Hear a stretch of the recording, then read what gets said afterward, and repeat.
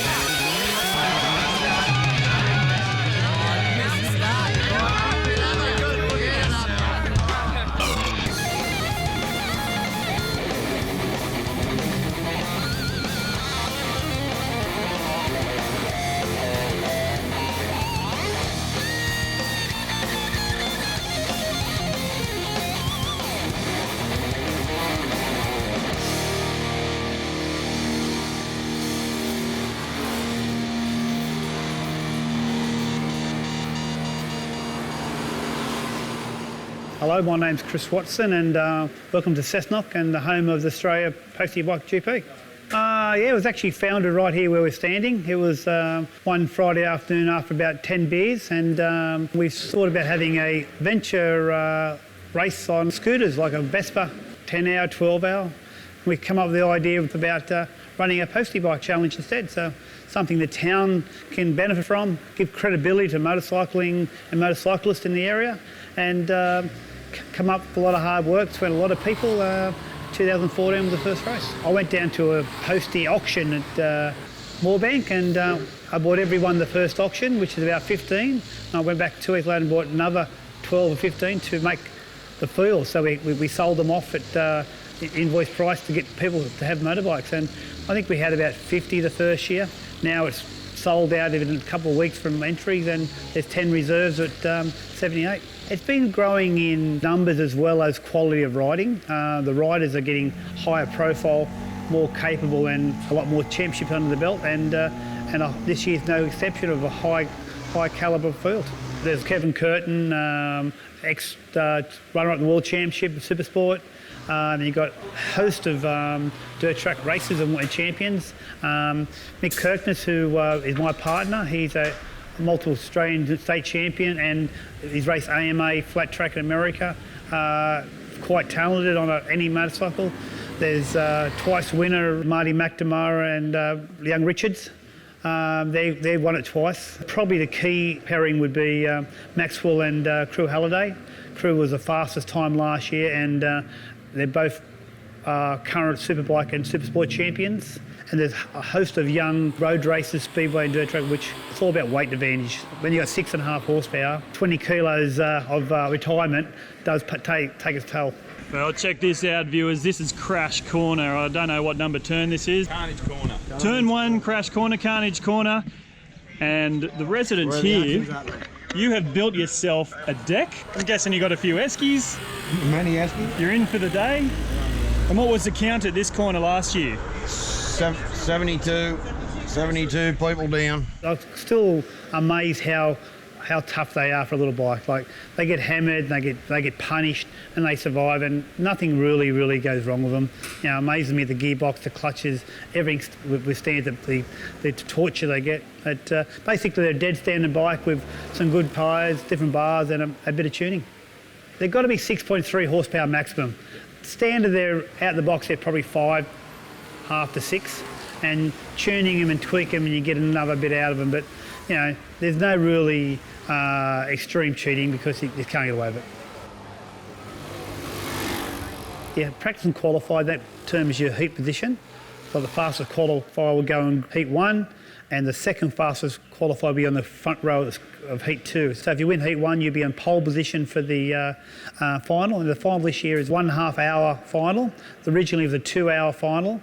But we're shortened now because people are coming from a long way away to ride and not qualify. So we've shortened the A final to 1.5 hours and created a B final. So everyone has a final. So everyone goes home after a final. Every 10 laps, you've got to change riders. So you come into a pit change area, and the rider will jump off the bike, and the B rider will jump on and do another 10 laps. And if you do one lap too many, you get a penalty, you got to do a drive-by.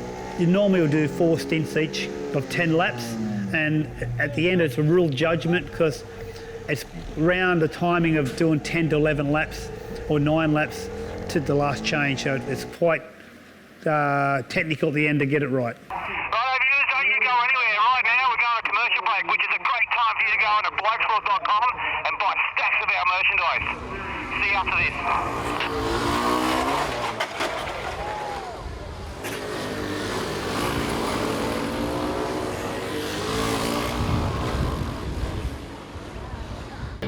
Welcome back to Blokesworld. We're in the town of Cessnock in New South Wales at the Australian Postie Bike Grand Prix. Now, a bit like the Isle of Man, every year the local streets of this town get turned into a racetrack. But unlike the Isle of Man, these riders have to squeeze everything they can out of a 6 horsepower Postie bike. Let's head to Scrutineering now for a closer look at exactly what you'll need to enter this race. Basically what we're looking at here, guys, is making sure we got the right tyres. That's pretty important in this sort of setup. So the Dunlop TTR 900s, they're obviously in the sup regs to be allowed for. Front one's right, the back one's right, Jed's got that. Standard filter, we check the filters, make sure we got that. Catch can, we obviously check the catch can, make sure all the hoses are running in there so we're not leaking fluid over the track and causing accidents and stacks and all that sort of stuff. Basically check the pegs are folding back, all that sort of jazz. Go on to obviously the pins, check over our split pins, make sure our bolts and all that are adding up. Split pins are obviously adding up. Then we've obviously got a gauge here, which young Jet's got. Obviously just helps us gauge the back sprocket. So we check that, put it on there, shows us that we're a 25 tooth sprocket, makes it simpler than trying to count everything. So obviously go on to the front, we count the front, obviously the 15 on the front. Sometimes you've got to be careful, people make them in their back sheds, put different numbers. We count them anyway, and this one's obviously got a nice little accessory added to it, so somebody obviously making a bit of excitement for the weekend. So this one's pretty good. So now all the guys got to do, go back, put their covers back on their filters, chain guards on the front, take the stand off, and basically this bike's ready for racing, so it's all good for tomorrow. Yes. Now the final and most important part of scrutineering is a run on the dyno to check the power output of each bike. Here's Dave to explain why. We try and control the horsepower, and there's a couple of reasons for that. And that the main one is the event will not run if we allow the horsepower to go over, due to they'll just wipe us. The main reason for this approval in this event was the fact that we can try and control down to about 6.3. So that's the big issue today, trying to control the boys, and a lot of people don't realise how important this dyno is. It's a bit of fun, but it's very important to keep the event alive. If we allow them to run out there with 8-9 horsepower, that means an extra 10 k's on the streets out there. The streets are not good enough for that, and we're going very close to gutters. We're going through speed bumps over, everywhere. So, and you'll see tomorrow how much fun it is. but it's imperative that we keep that horsepower down. So what happens when your dyno craps out on the day before the big race? No worries. So here we are at some guy's house in the middle of Cessnock because the actual dyno for the event broke down, and it turns out old mate's got one he's running in his back shed, which is pretty cool. I mean, we couldn't make this up, viewers. This is such an awesome town, everybody pitches in and everyone makes it happen. So anyway, once each bike has been tested under the 6.3 horsepower limit, which took a fair bit of effort for some of them, they were wheeled down the road to be stored securely at Peter Mann Automotive, under the watchful eye of Ray Mann. And we store all the bikes overnight, so once they've been through scrutineering and go on the dyno, they come here and ready for the race in the morning. Awesome, Yeah. and that's so no one else can play with them? Yeah, no one can touch them and change any pipes or anything like that. It's all on camera and yeah. Now if you noticed a bit of smoke there in that time lapse, well don't worry, there wasn't a fire.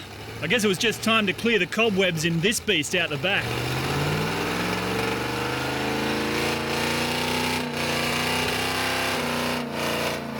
But what we worked out too, you only make so much power and you can get them revving more, they don't go any quicker, and then all you're doing is punishing the bikes. Yep. So we just get it to where we made good power, and Beetle, he's honest as they come. He goes, if I've cheated and say we come fifth, he goes, I didn't really come fifth.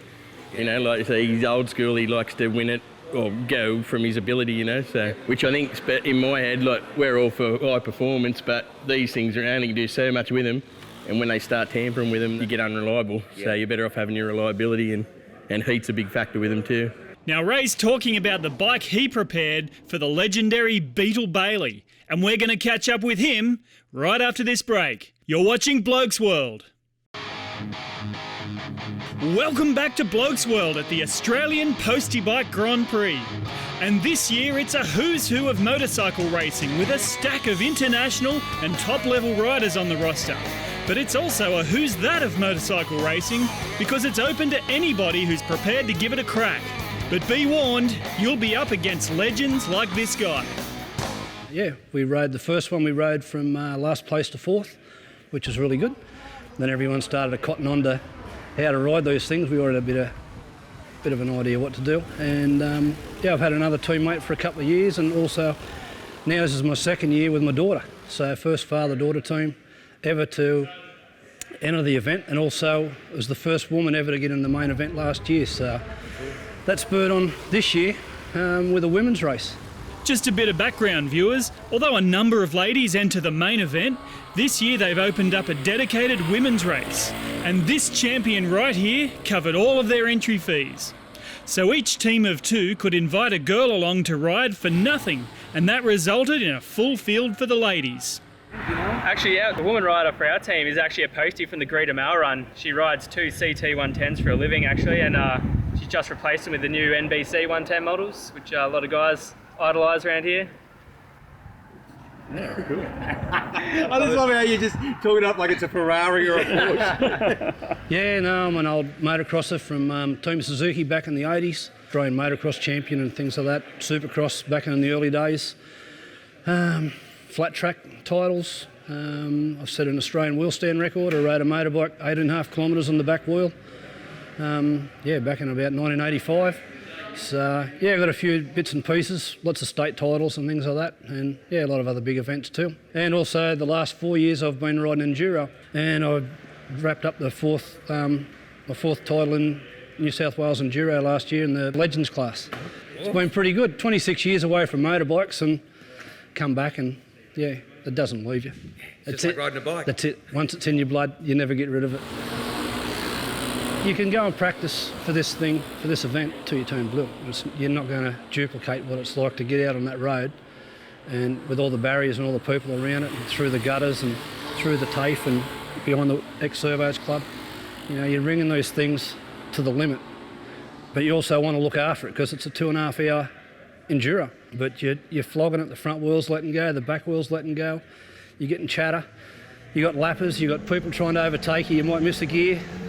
You got 6 blokes behind you, everyone's tailing you. Yeah. So it's a bit like V8 supercars, and one minuscule mistake and they're onto you, and it takes another 2 laps to try and get it back again. So, no, it's good. And the calibre of riders, as you guys would know, we've just been here the last couple of days, it's through the roof. And getting better all the time. Now, Beetle's been in this race every year since the start, so he's done about as many laps on this track as anybody. And he was kind enough to talk us through one lap of the Australian Postie Bike Grand Prix street course in Cessnock. Yeah, so you leave your start line. It's just on the gas, you're heading into the tech, down through the gutter.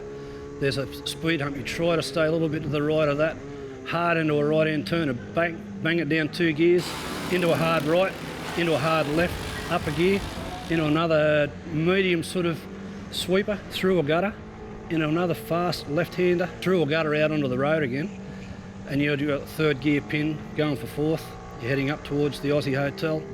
Then there's another hard left, back a gear, on the gas. Now this corner's a little bit tricky because you come into it and you're heading towards the metalwork part of the TAFE, and there's a gutter which actually puts you off to the right, but then there's another concrete gutter, and a lot of people either hit the barrier or hit the gutter, and then also you're trying to miss a speed hump, so you've got about that much to get through if you don't get it right. Then you come out of that, back over to your left, into another hard right, and you come from tar road to concrete, into a blind corner, and your 3rd gear on the tap. And you put a lot of faith in that front wheel. You just try to get through there as clean as you can and come out of that, because then you actually got to hit a speed strip that you've got to go over. You can't go around it, you hit it. And then it's a little chicane back out onto the rescue squad corner, which I call that. And again, you're just missing there's concrete missing and chomped out where bikes are bottomed out. So you really G out and you come out onto the road. 3rd gear again on song. The bike's trying to get away from you. Straighten it up for 2 seconds. Hard left back into the tech again. Again, through a gutter and the road into there has got a fair camber on it.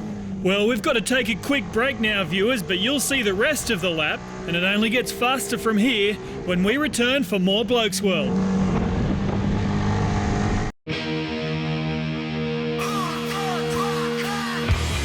G'day and welcome back to Blokesworld at the Australian Postie Bike Grand Prix. We're taking a tour of the track right now with the legendary Beetle Bailey.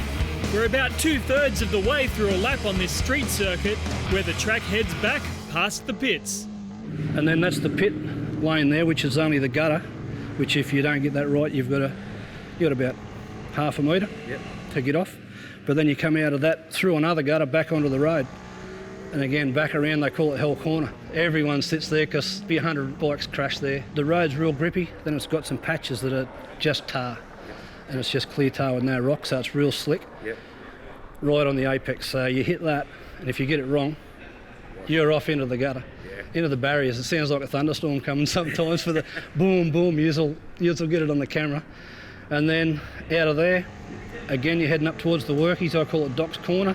It's another fast, probably 3rd gear, just into 4th maybe, depending on what sort of a run you get, into another fastest corner of the whole track. It's a blind corner. A lot of faith in your bike and a lot of faith in the riders that are with you. You're getting attacked from the back. You're trying to line someone up from the front because you're actually trying to get the momentum in behind the ex-service to gain. It's the one place where you can actually come in really hot and sweep right out wide, but you're on the limit. Yeah. It's got nothing left if you've got the knackers to hold it on. And then you head down into the ex-service, another fast chicane, 3rd gear, down a gear, and it's a right and a left. It's a flick type thing.